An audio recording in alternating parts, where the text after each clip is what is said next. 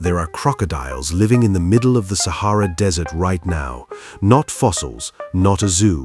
Living wild crocodiles, cut off from the rest of their species for 5,000 years, surviving in a puddle the size of a city block, surrounded by hundreds of miles of sand in every direction. And that's number 8 on this list. I've spent the last few months going down a rabbit hole on the Sahara, and I genuinely cannot believe how much is buried out there, literally and figuratively. We're talking a glass scar left by a comet that an Egyptian pharaoh turned into jewelry, a city of swimming dinosaurs, an underground empire that Rome couldn't conquer, and one structure sitting in the open desert that matches Plato's description of Atlantis so precisely that the math doesn't make sense. That last one is visible from the International Space Station. Nobody figured out what they were looking at for hundreds of years. 13 things. Let's start counting down. Our countdown opens with a mystery that literally shines.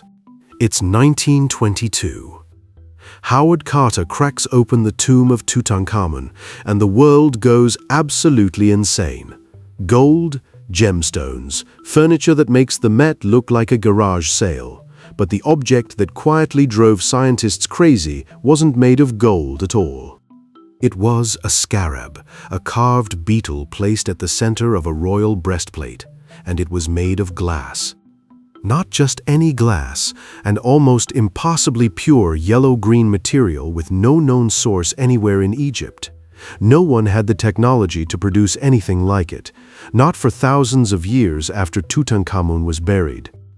So where did it come from? The answer turned up in the 1930s, when researchers finally reached one of the most remote places on Earth, the Great Sand Sea, on the border of Libya and Egypt. What they found stopped them cold. For dozens of miles in every direction, the desert floor was covered in chunks of that same yellow-green glass. Some pieces were pebble-sized, others weighed nearly 50 pounds. Scientists named it Libyan desert glass, the purest natural silica glass on Earth, 98% silicon dioxide. But here's the problem. To turn ordinary sand into glass like this, you need temperatures above 3,000 degrees Fahrenheit, and you need to reach them instantly. No volcano does that. No wildfire comes close. The only thing in human experience that produces heat that fast, that hot, over that large an area, is a nuclear explosion. And that's exactly what this was, minus the humans. 29 million years ago, a comet or asteroid entered Earth's atmosphere over the Sahara. It didn't hit the ground. It exploded in the air, an aerial burst releasing energy thousands of times more powerful than the bomb dropped on Hiroshima.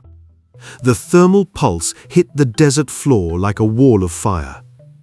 Sand turned liquid, launched into the air, and rained back down as glass. And thousands of years later, an Egyptian king wore a piece of it over his heart. Tutankhamun's scarab isn't just jewelry, it's a shard of an ancient cosmic disaster, a souvenir from the day the African sky caught fire. So the next time someone tells you the desert is a quiet, empty place, remember that a piece of it once exploded in a pharaoh's face from 29 million years away. And speaking of the desert making noise, because it does make noise, sounds that drove Silk Road traders to the brink of madness. That's next. Number 12. We like to think of the Sahara as silent, vast, eternal. Experienced Bedouin guides know better. Sometimes the desert starts to speak, and when it does, it doesn't whisper. Picture this. You're standing alone in an ocean of dunes, no roads, no machinery, no other living thing visible in any direction, just sand to the horizon. Then the air begins to vibrate. It starts low, a deep, resonant hum coming from beneath your feet. Then it builds and builds until it sounds like a B-52 bomber flying directly overhead or a massive pipe organ playing inside an empty cathedral. This is called singing sand, but singing is the wrong word. This is a roar.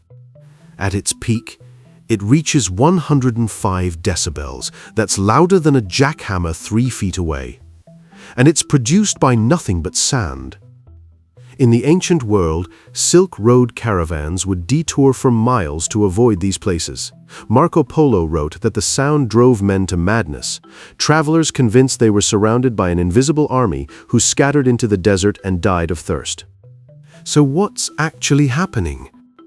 For a dune to sing, conditions have to be nearly perfect. The grains need to be a specific size, almost perfectly spherical, polished by thousands of years of wind, high in quartz content. The humidity has to be in a precise range, not too wet, not too dry. When a slope of this sand starts to slide, triggered by wind or by someone stepping on it, billions of grains begin rubbing against each other simultaneously. The entire slope becomes a giant speaker membrane, resonating at a single low frequency. You don't just hear it, you feel it through your shoes, your legs, your chest. The ground trembles like the opening act of an earthquake. And every singing dune has its own voice. Some hum on a G, some sound like drums. Some inexplicably sound like a dog barking in slow motion. The Sahara is not a dead stage set. It's a living acoustic system, and it will absolutely terrify you if you give it the chance.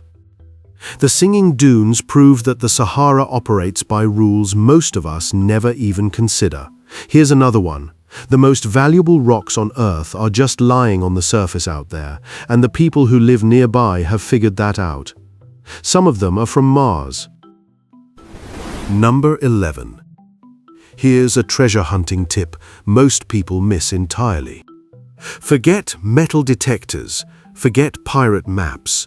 If you want to find something genuinely priceless in the Sahara, you need a good pair of sunglasses and patience, because the desert's greatest treasures are just lying on the surface, waiting. The Sahara may be the world's best meteorite trap, competing only with Antarctica, and the Sahara is considerably warmer. The logic is simple. There's nothing here. No mountains, no rivers, no trees. The landscape is monochrome yellow for hundreds of miles, so when a pitch-black, scorched rock appears on the surface, it stands out like a beacon, and the dry climate means it doesn't rust, it just waits. Some of those black rocks are pieces of other worlds. Take NWA 7034, nicknamed Black Beauty, found in the Moroccan desert. Scientists determined it came from Mars, literally. Hundreds of millions of years ago, a massive asteroid hit the red planet with enough force to blow chunks of Martian crust into space. Those chunks drifted through the void for eons, eventually fell through Earth's atmosphere, and landed in the Sahara. To hold one is to hold a piece of a world no human being has ever touched. Around these rocks, a real 21st century gold rush has taken shape. Bedouin nomads crisscross the desert by camel and 4x4 because rare Martian and lunar meteorites sell at auction for over $1,000 per gram. That's many times the price of gold. A rock the size of your fist can change a family's life. But for science, these stones are worth more than money. Some meteorites found in the Sahara are older than the Earth itself, 4.5 billion years old. They were forged in the earliest moments of our solar system. Studying them from a lab in Cleveland tells us things about the universe we couldn't learn any other way. The desert doesn't just preserve history, it preserves prehistory. The Sahara has been collecting things that fell from the sky for millions of years. But the things that were built here on the ground by human hands, those are somehow even harder to believe. The oldest astronomical observatory on the planet is not in Greece. It's not in England. It's out here, and it was built 2,000 years before the first Egyptian pyramid. Number 10. When most people think of ancient stone circles and astronomical observatories, they think of Stonehenge. That's the brand, the icon, the postcard. But deep in the Nubian desert of southern Egypt, 60 miles from the nearest source of water, stands a structure that makes Stonehenge look recent. Welcome to Nabta Playa. Archaeologists found it almost by accident, a complex megalithic site in the middle of absolute nowhere. Vertical standing stones, some weighing several tons, arranged in precise astronomical alignments. not scattered, organized, mathematically deliberate. The age of Nabta Playa is estimated between 7,000 and 9,000 years. Let that sink in. These stones were placed here 1,000 years before Stonehenge and 2,000 years before the first Egyptian pyramid. At a time when most of Europe's population was still living in caves, unknown engineers in Africa were building observatories to track the movement of stars. Why? Because it was a matter of life and death. The stones at Nabta Playa are aligned with the summer solstice sunrise. They track Orion's belt. They track Sirius. Together, they formed a calendar, a stone computer designed to predict the arrival of the rainy season. Rain in the Sahara. Because 9,000 years ago, this wasn't a desert. It was a green savanna.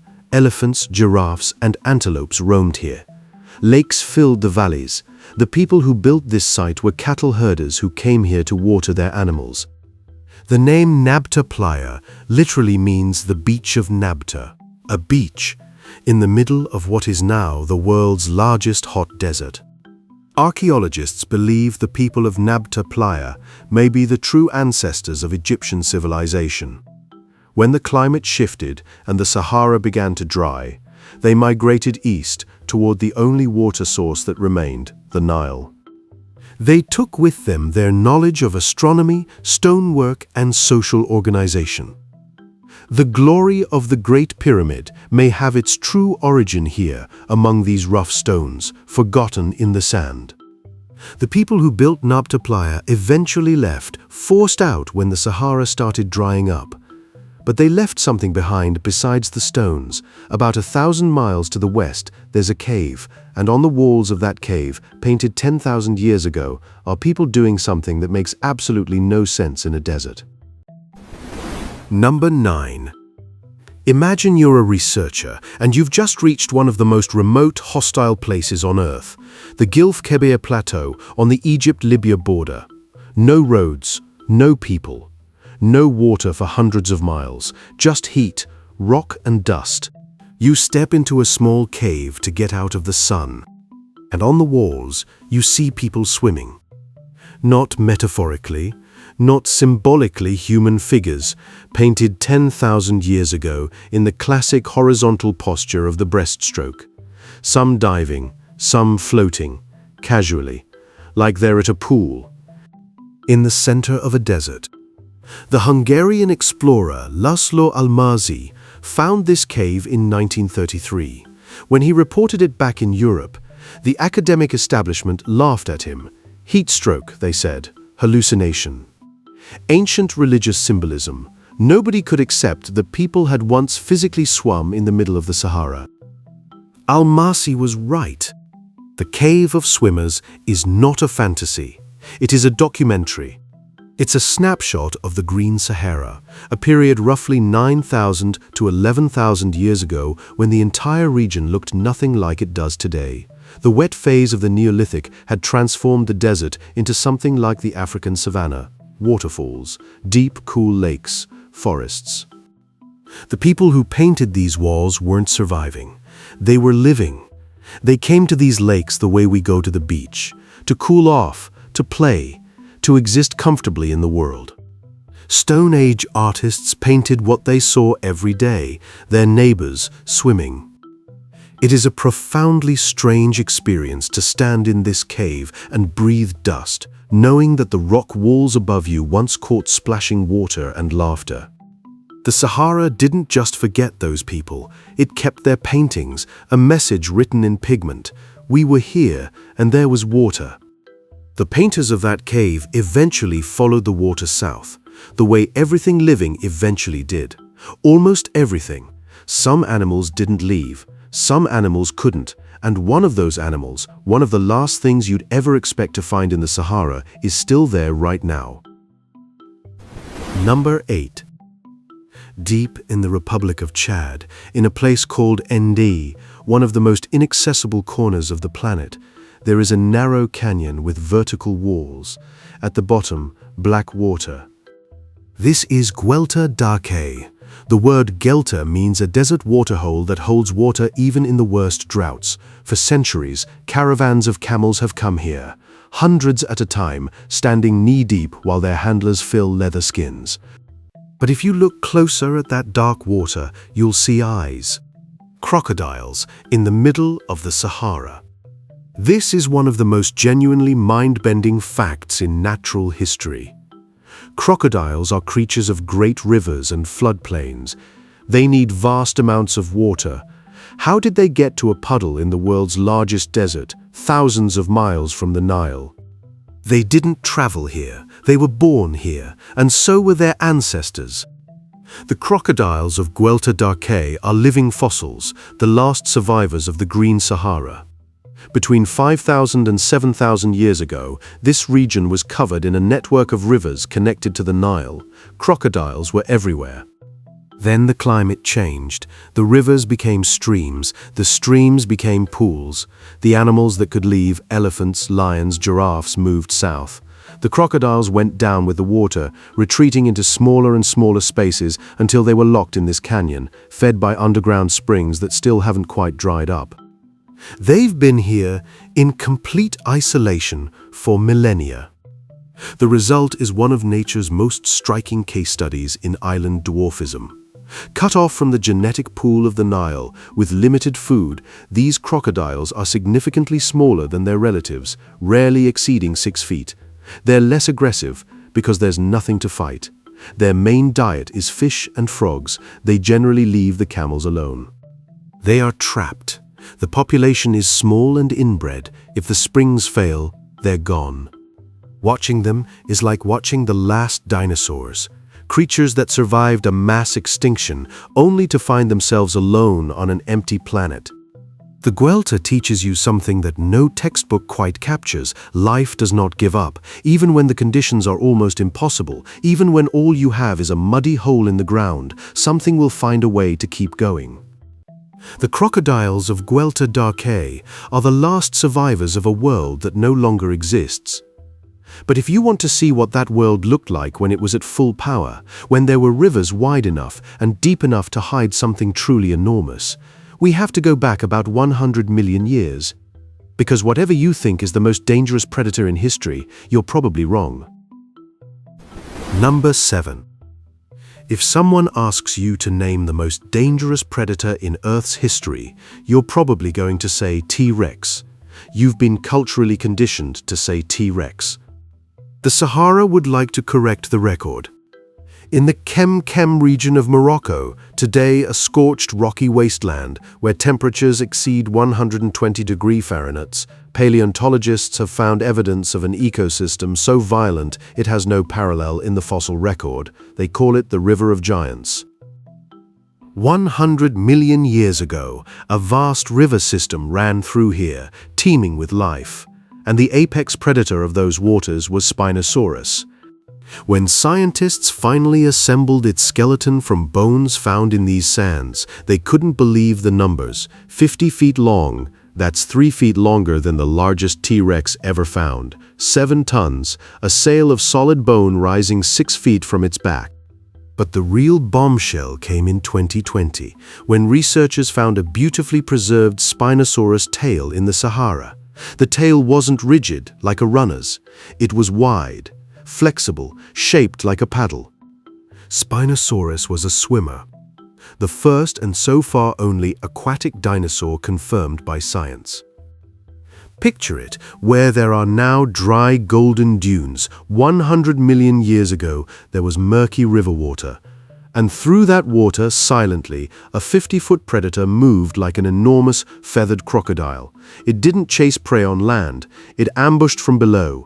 Its targets weren't other dinosaurs, they were the giant prehistoric fish and sharks that filled these ancient rivers. Today, Moroccan locals find Spinosaurus teeth in the sand. They sell them to tourists for a few dollars without realizing they're handing over hardware from the apex predator of the Cretaceous. The Sahara once hosted a monster that makes Hollywood's versions look tame. The Kem Formation is one of the most violent ecosystems in fossil history.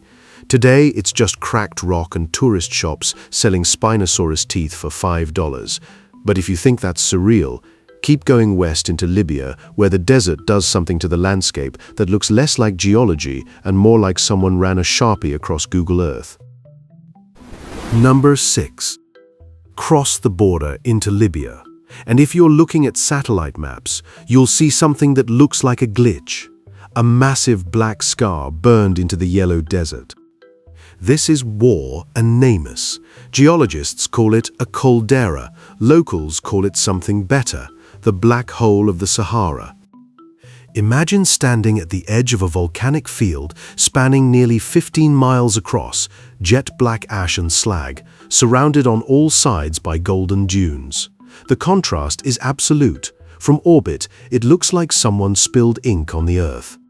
Then you cross the black field and descend into the crater itself. Inside, 300 feet below the rim, 3 lakes wait for you, and they are not the same color. One is deep red, one is emerald green, one shifts between sapphire blue and violet. Each gets its color from a unique community of bacteria and algae living in the hypersaline water. They survive where almost nothing else can. It looks like a painter went insane over a palette and threw 3 colors into the same bowl. Surrounding the lakes, thick green grass and reeds. Against the black rock and yellow sand on the horizon, it is genuinely surreal, like someone copy-pasted 3 separate ecosystems into the same frame. The reason nobody built a city here. The name tells you everything.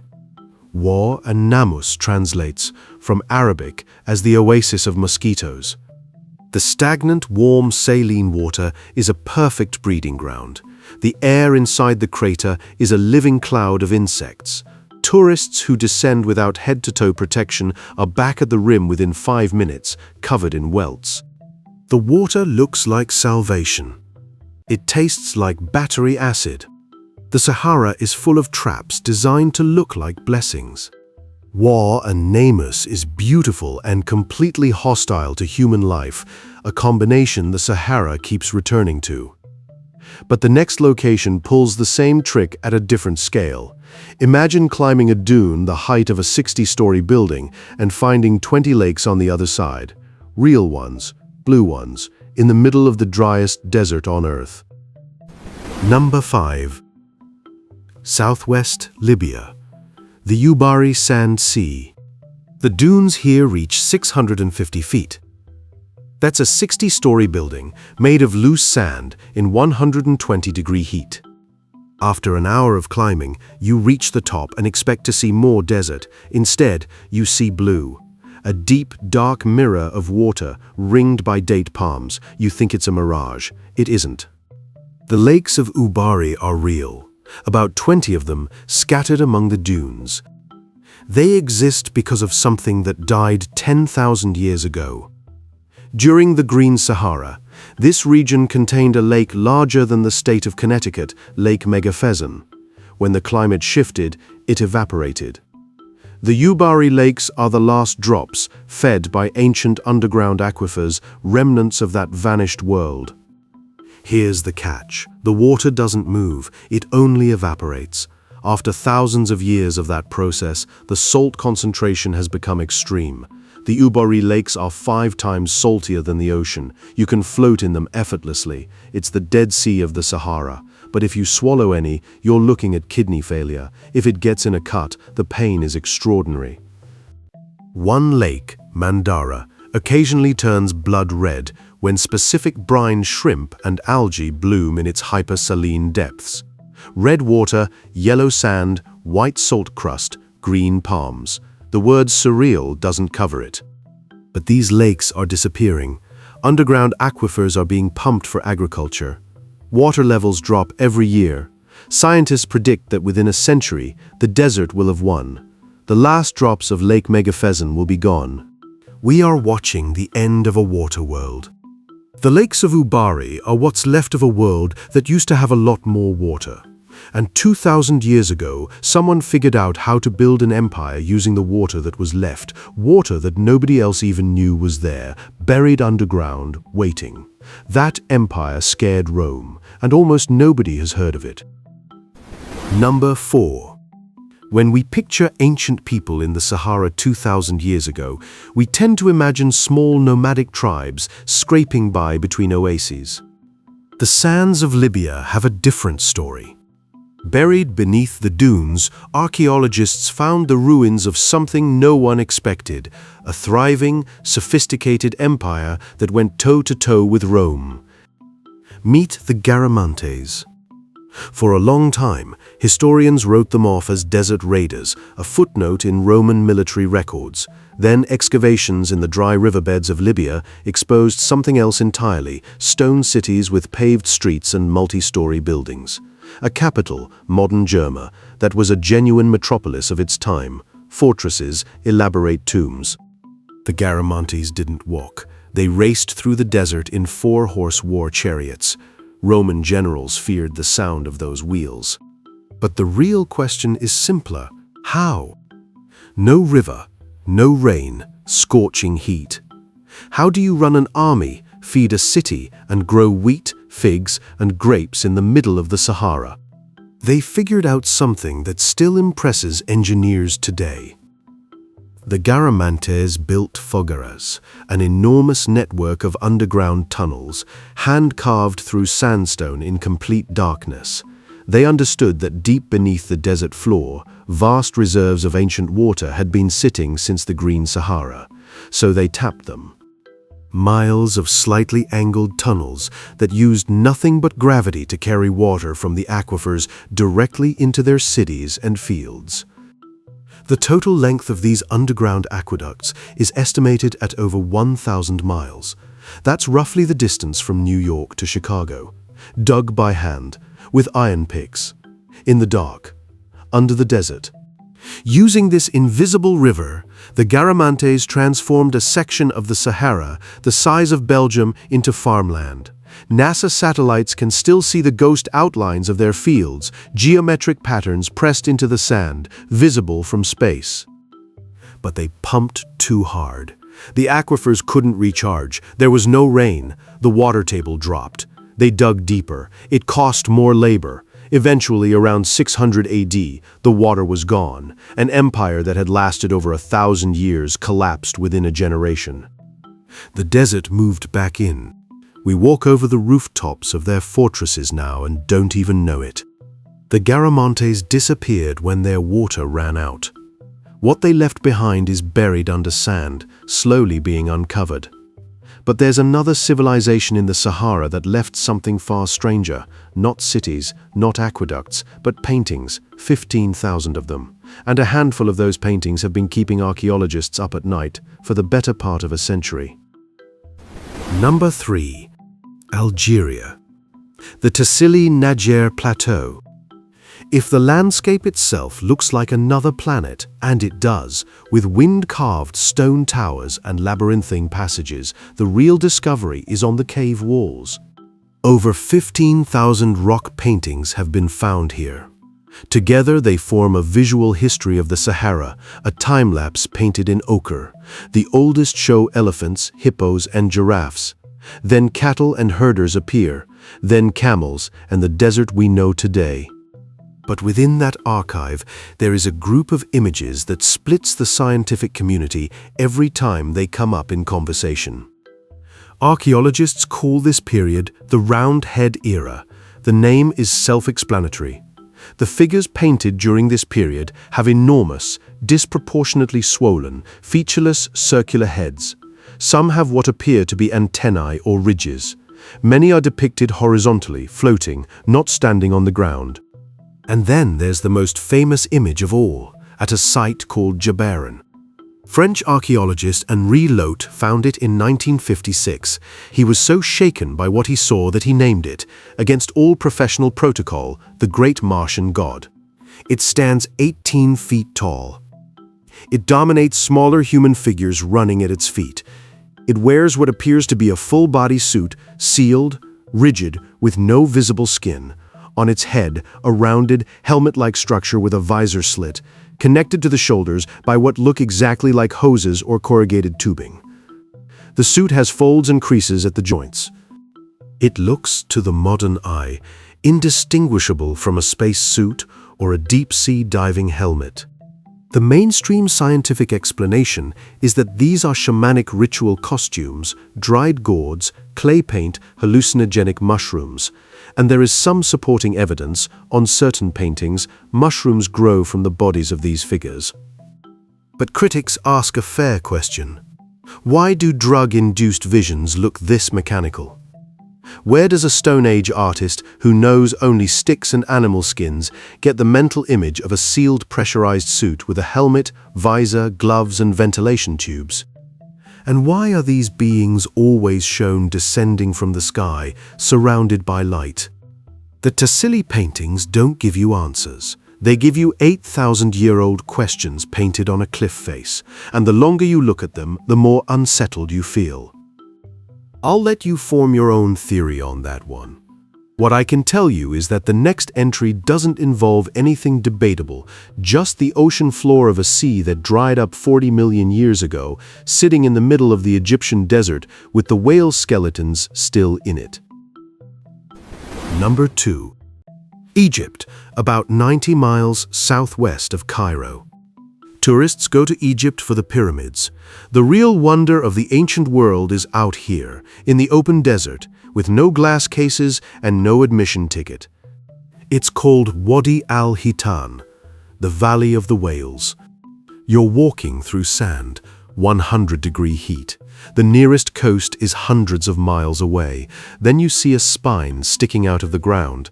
A few steps later, a skull with massive jaws. A few more steps, a complete skeleton the length of a school bus.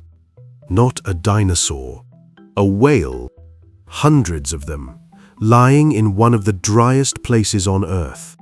The star of this valley is Basilosaurus, a predatory whale that lived between 37 and 40 million years ago. It reached 65 feet in length with a long, sinuous body that earned it a name meaning king lizard when its bones were first found. Early scientists thought it was a sea serpent. But look at the back end of the skeleton, and something extraordinary happens. This whale has legs. Real legs. A femur, a kneecap, a lower leg, toes. They're small, about 2 feet long. A 20-ton creature couldn't walk on them. But they are incontrovertible, preserved, stone-hard proof of evolution, frozen at the exact moment in history when whale ancestors, who had once been land mammals resembling wolves or hippos, made their final commitment to the sea but hadn't quite finished the transition. Wadi al-Hitan is the only place on Earth where this transition is visible on this scale. 40 million years ago, the Sahara was the floor of a warm, shallow tropical ocean, the ancient Tethys Sea. Basilosaurus came here to give birth. The way whales use protected bays today, archaeologists have found infant skeletons here too. Then, the continents shifted. Africa collided with Europe. The ocean floor rose, the sea retreated, and what remained dried into desert. Wind and sand turned bones to stone, waiting 40 million years to be found. There are no fences here, no velvet ropes. You walk up to a skeleton that is 40 million years old and touch it. This is a place that makes the word ancient feel embarrassingly recent. The Valley of the Whales tells you everything you need to know about how radically this planet can rewrite itself. A tropical ocean became the world's largest desert. 40 million years of patience, then someone just walks up and touches the evidence. But the number one entry on this list is different. Because unlike the whales which nobody knew about until we went looking, this one has been sitting in plain sight the entire time. Visible from space, matching a description written 2,400 years ago. And we walked right past it for centuries. Number 1. And here we are. The structure we teased at the start, visible from the International Space Station, hidden in plain sight for hundreds of years, and possibly, just possibly, the greatest historical discovery still waiting to be confirmed. We're in Mauritania, in the Western Sahara. Pull up Google Earth, find Mauritania, look for a giant, perfectly symmetrical circle staring back at you from the desert. Its outer ring has a diameter of 30 miles. It is so enormous that from the ground, you can't recognize it as a structure at all, just a series of ridges and valleys. That's why it wasn't officially recognized until humans went to space. Astronauts used it as a navigation landmark because, in the monotony of the desert, it was the most obvious feature visible. This is the Richat structure, known as the Eye of the Sahara. Official geology calls it an eroded geological dome, a bubble of magma that rose, cooled, and was carved by wind and water over 100 million years. Plausible, reasonable, a little boring. Then someone decided to cross-reference it with Plato. The ancient Greek philosopher, writing around 360 BC, described a legendary civilization called Atlantis in remarkable detail, not poetically, geometrically. He said the capital city consisted of alternating concentric rings of land and water. Look at the Richat structure. That is exactly what you see. Plato gave the diameter of the central island 127 stades. Converted to modern measurement, that's approximately 14.5 miles. The central plateau of the Richat structure is approximately the same. Plato wrote that the city was protected by mountains to the north and open toward the sea to the south. North of the Richat structure, a mountain range. To the south, the terrain flattens out toward what geological surveys suggest was once a large coastal inlet. Soil samples from the area contain marine fossils and sea salt deposits, confirming that ocean water once reached this region. The mainstream interpretation of Atlantis is that it's allegory, a philosophical thought experiment Plato invented to make a moral point. That may well be true. But if you're looking for a physical location that matches his description with this level of geometric precision, the Richat structure is currently undefeated. No one has excavated here at scale.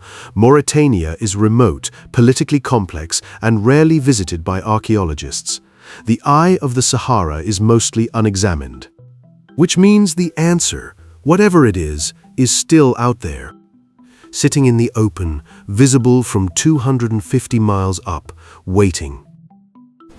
The Sahara has just shown you something important. Empty is not the same as dead. Beneath the sand, kingdoms, aquifers, the bones of whales, the footprints of swimming dinosaurs, the last crocodiles of a vanished world. The Sahara was once a green savanna, then an ocean, then a garden, then a desert. It will be something else again. We talk about history as though it's settled, as though the past is filed and closed. The Sahara is proof that the story is still being written. One of these 13 secrets, just one, would be enough to rewrite a chapter of human understanding. The desert is hiding all of them. So here's what I want to know: which one genuinely surprised you? And if this video made you question something you were taught in school, that like button is sitting right there. It takes half a second, and it's the only reason I get to keep making these. See you in the next one.